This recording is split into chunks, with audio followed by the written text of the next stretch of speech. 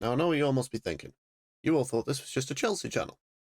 But it doesn't matter what you think! What?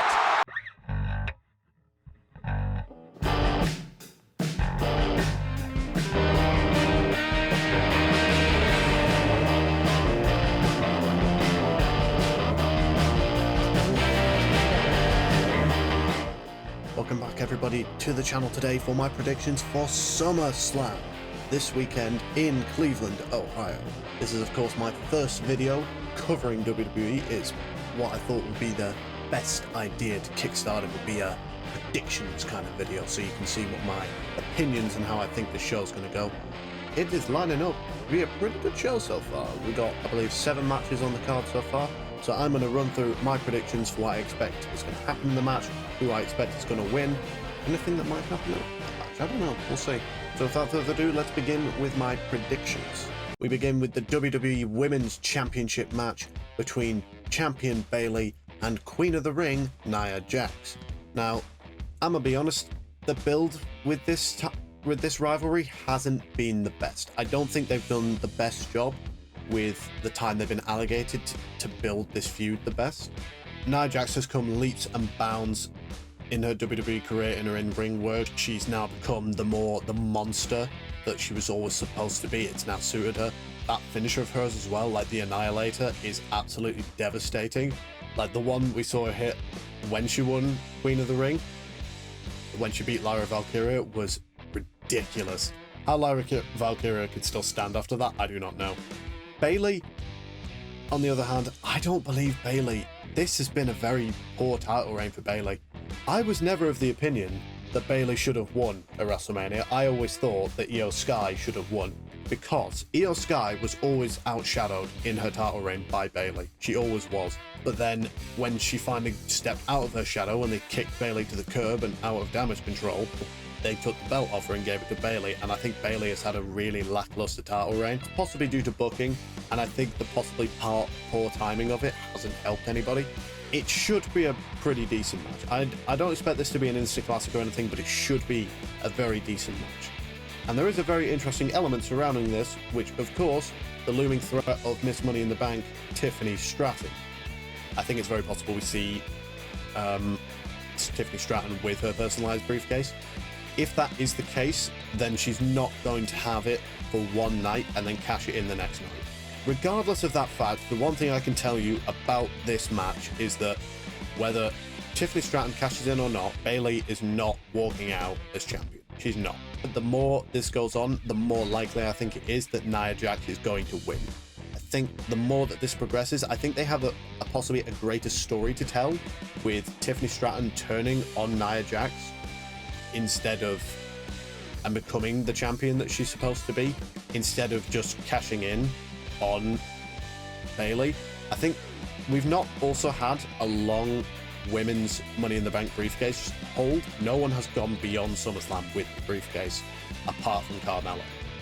So it is very possible they have Tiffany Stratton have a lengthy reign with the briefcase. If they do plan on having Tiffany Stratton cash in, Bayley's going to win. Bayley's going to win, Jax flattens her, and Stratton cashes in.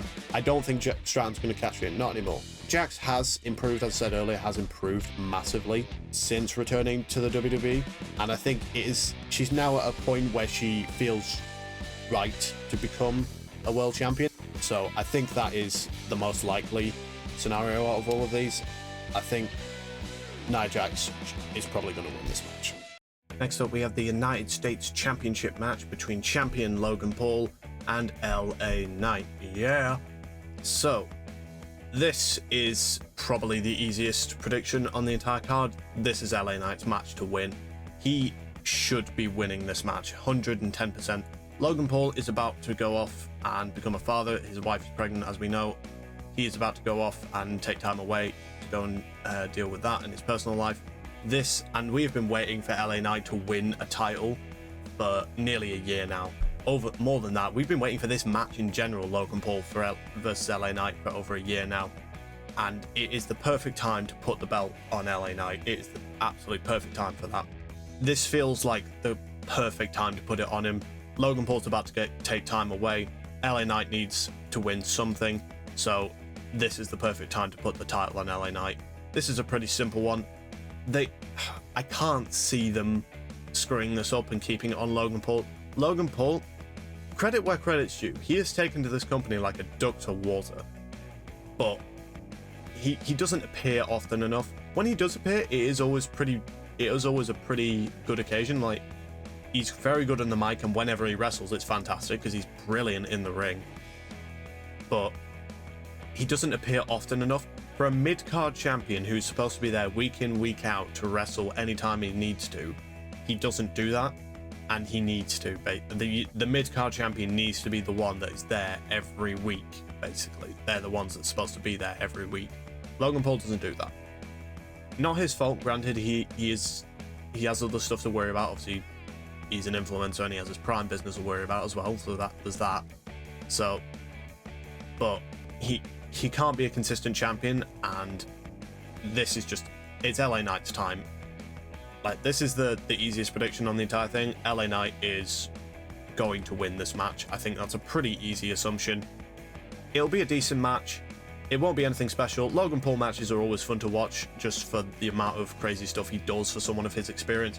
And LA Knight's solid enough in the ring to get a decent match. It's not going to be a 5-star classic or anything, but it'll be a solid match.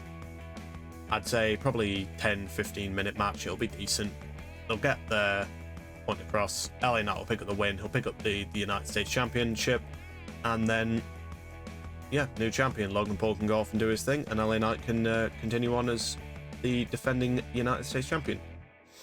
Next up, we have the Intercontinental Championship match between champions Sami Zayn and Bron Breakker. Again, this is a pretty easy match to predict. Bron Breakker is going to run through Sami Zayn. We thought Bron Breakker was going to beat Sami Zayn to become Intercontinental Champion at Money in the Bank. That didn't happen, so it is 110% going to happen now. Bron Breakker is being built up to be the future of this industry, being the future of this company, and he's been built up to be this absolutely unstoppable badass that can just run through anybody at a second's notice. He needs to do that to Sami Zayn. I said at some point that this needs to be a Cena-Lesnar 2014-esque match where Breakker just beats the crap out of Sami Zayn. He is just beating his ass left, right, up and down the ring. It just needs to be a complete demolition of Sami Zayn, and he just needs to destroy him, basically prove he is the badass that everybody believes him to be, and just run him through. Picking up the Intercontinental Championship is going to do brilliantly for Bron Breakker. He's there pretty much every week. He'll be able to defend the title this, there, and the other. He'll have no shortage of opponents they'll be able to defend against. I think he's probably going to end up in a pretty good rivalry with Ilya Dragunov at some point. They will have some fantastic matches together. Just complete physical, just car wrecks that will be brilliant to watch. Bron Breakker will do so much with the Intercontinental Championship. Sami Zayn has not had a bad reign as Intercontinental Champion. It's not been bad. I don't personally think he was necessarily the best choice, and I don't think even WWE thought he was the best choice to beat Gunther. But I think he's had a decent reign. I think he possibly should have dropped it to Chad Gable at some point. Possibly could have won it back off of him after that. It's not been a bad reign for Zayn. It's not.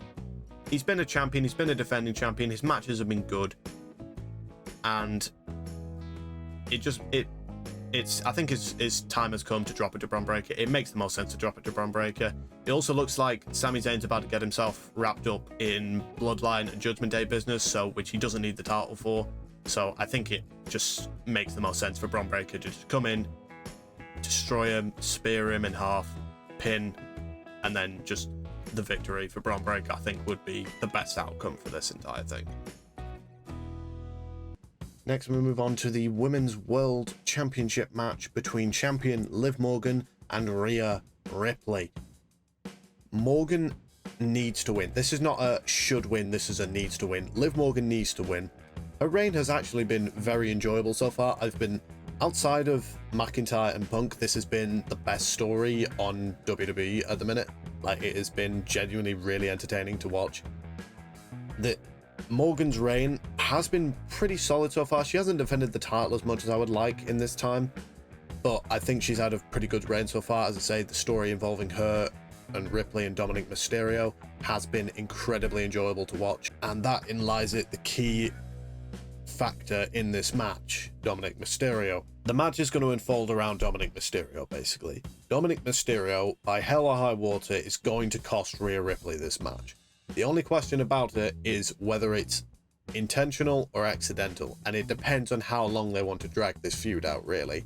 And moreover, how long they want to drag out the disbandment of the Judgment Day as a whole. Now, I think it's probably more likely they drag that out a bit longer, so I think we're going to see Dominic Mysterio accidentally cost Rhea Ripley this match.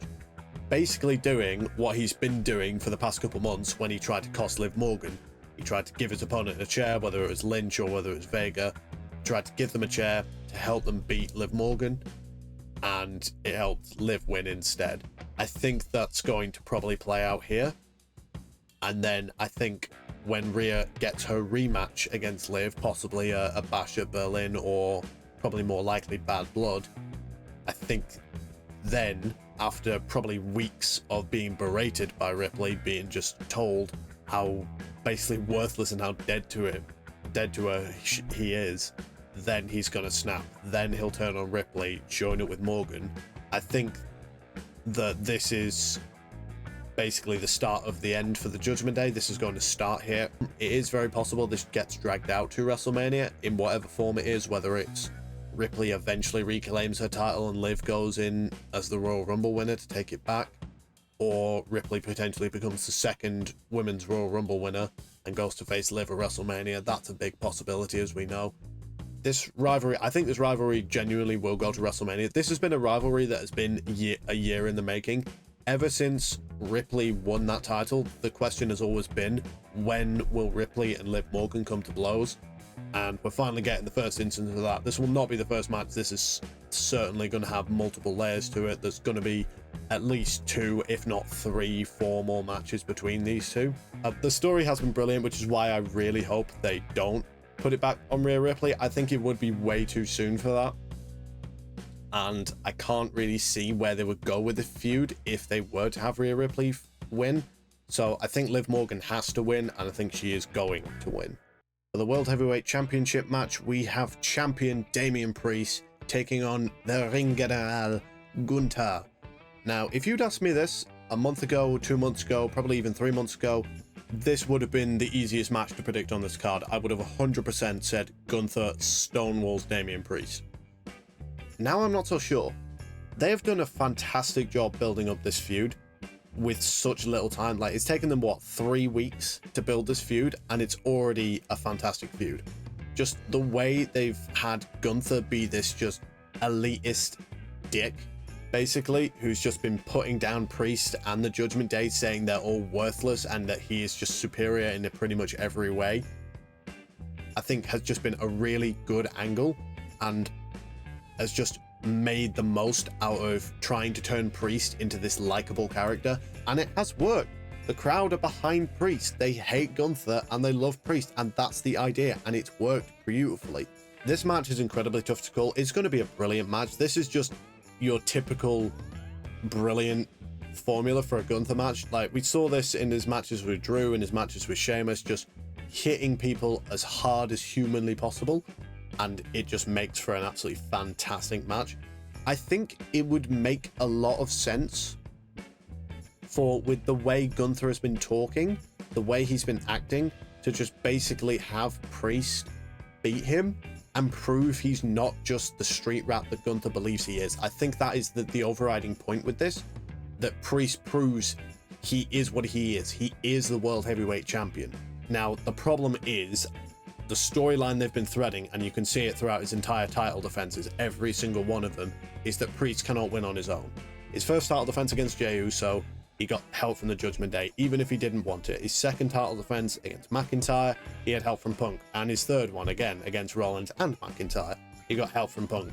So, again, he didn't ask for any of it, but he got it, which is kind of the storyline they seem to be going for, that's going to go into the Judgment Day's dissolution. It's going to be based on that Priest could never retain the title without help. Priest thought he could do it all himself, but the one time he doesn't have help from anybody is the one time he loses. If they want to present Priest as a true contender, the true man that can live up to the expectations of a world champion, he has to win on his own. However, if they want to thread this storyline properly, it has to be with the Judgment Day's help or somebody's help, whoever that is. It depends on what they want to really do. It's a very tough one to call. I think it is very likely that Priest does walk out as champion. However, I think the more likely idea is Gunther. I think Gunther is very much ready to be a world champion. We've known that for over a year now. He is now fully cemented himself as a main eventer, and I think giving him the World Heavyweight Championship would be a phenomenal stepping stone to him, making it seem like he is a true contender to rival the Undisputed title. That has been the World Heavyweight title's problem. The World Heavyweight title's biggest problem is that while it was supposed to be the top title on Raw, it never felt like it because of the Undisputed title. Now, since Roman Reigns has dropped that title, it has felt a little bit less like that because now we no longer have Roman Reigns in power. Since that, and honestly, since Priest got the title has felt elevated. It has felt more important than it ever has. And I think putting it around the waist of Gunther will elevate it to a height it has never been to before. I think Gunther will do that impeccably well. So I think Gunther is the best option, and I think it is the safe option to go with here. Next up, we have the rivalry match between Drew McIntyre and CM Punk, with Seth freaking Rollins as the special guest referee. This is, by far and away, the best feud we've had in WWE in possibly quite a while. Now, this match could very well be match of SummerSlam. It is very much dependent on what we think CM Punk's in-ring condition is like. Now, McIntyre is definitely going to carry him through a lot of this match, I think, and he can do that very effectively. But it is going to very much depend on just how badly they're going to beat the hell out of each other. They're just genuinely going to beat the crap out of each other. Now, Rollins as special guest referee is a very interesting case because obviously he has a rivalry with both of them. Faced Drew at WrestleMania and was supposed to face Punk at WrestleMania. But so this makes his inclusion a very interesting one. Similar to the Priest Gunther match, I think it's just going to be an absolute car crash of those two just beating the hell out of each other as much as humanly possible. The world has waited for these two to get in the ring. They were praying for Punk to get back into the ring. They were praying for him to be able to make this match. As for who's going to win it, it could very well go either way. It really depends on what they want to do with the feud. I think McIntyre is going to win. I think McIntyre is the safe option here. I think it seems likely that he's going to win. The one thing that's stuck in my head about this match result is Drew just basically being hell-bent on beating the ever-living shit out of CM Punk. That's the one thing that's stuck in my head with all this. And I feel like that could be something that costs him. And that would lead to a second match where McIntyre wins for some reason, whether that's Rollins' interference or him just actually controlling himself a little bit better and actually pinning Punk. It could be McIntyre, it could be Punk. I'm going to say McIntyre. I think McIntyre is the safe option to win. I don't necessarily think it should be McIntyre. I think they get a little bit more mileage out of this feud if Punk wins, personally. But I think it should, because I think the angle is just McIntyre being hellbent on destroying Punk and that being the thing that costs him. You can very well do the inverse argument of that. You can very well have Punk being hellbent on destroying McIntyre from taking away his WrestleMania dream and obviously beating the crap out of him in Chicago and taking his bracelet of AJ and Larry. If someone's going to win based on the other person losing control of their emotions, I think McIntyre's more likely to lose control of his emotions, so Punk could win. It just depends on what angle we're going to pull with this. It could go either way. I'm going to go McIntyre, but regardless, I think this is going to be a fantastic barn burner of a match. And for your main event, we have the undisputed WWE Championship match between Cody Rhodes taking on Solo Sikoa. Now, let's be honest, this is probably a pretty predictable match, but I do want to go over the possibilities of Solo winning. I think it is very possible. Specifically, the reason I say that is because the Bloodline has a tag match on the SmackDown before SummerSlam for the WWE Tag Team Championships against my boys, DIY, Johnny Gargano, and Tommaso Ciampa.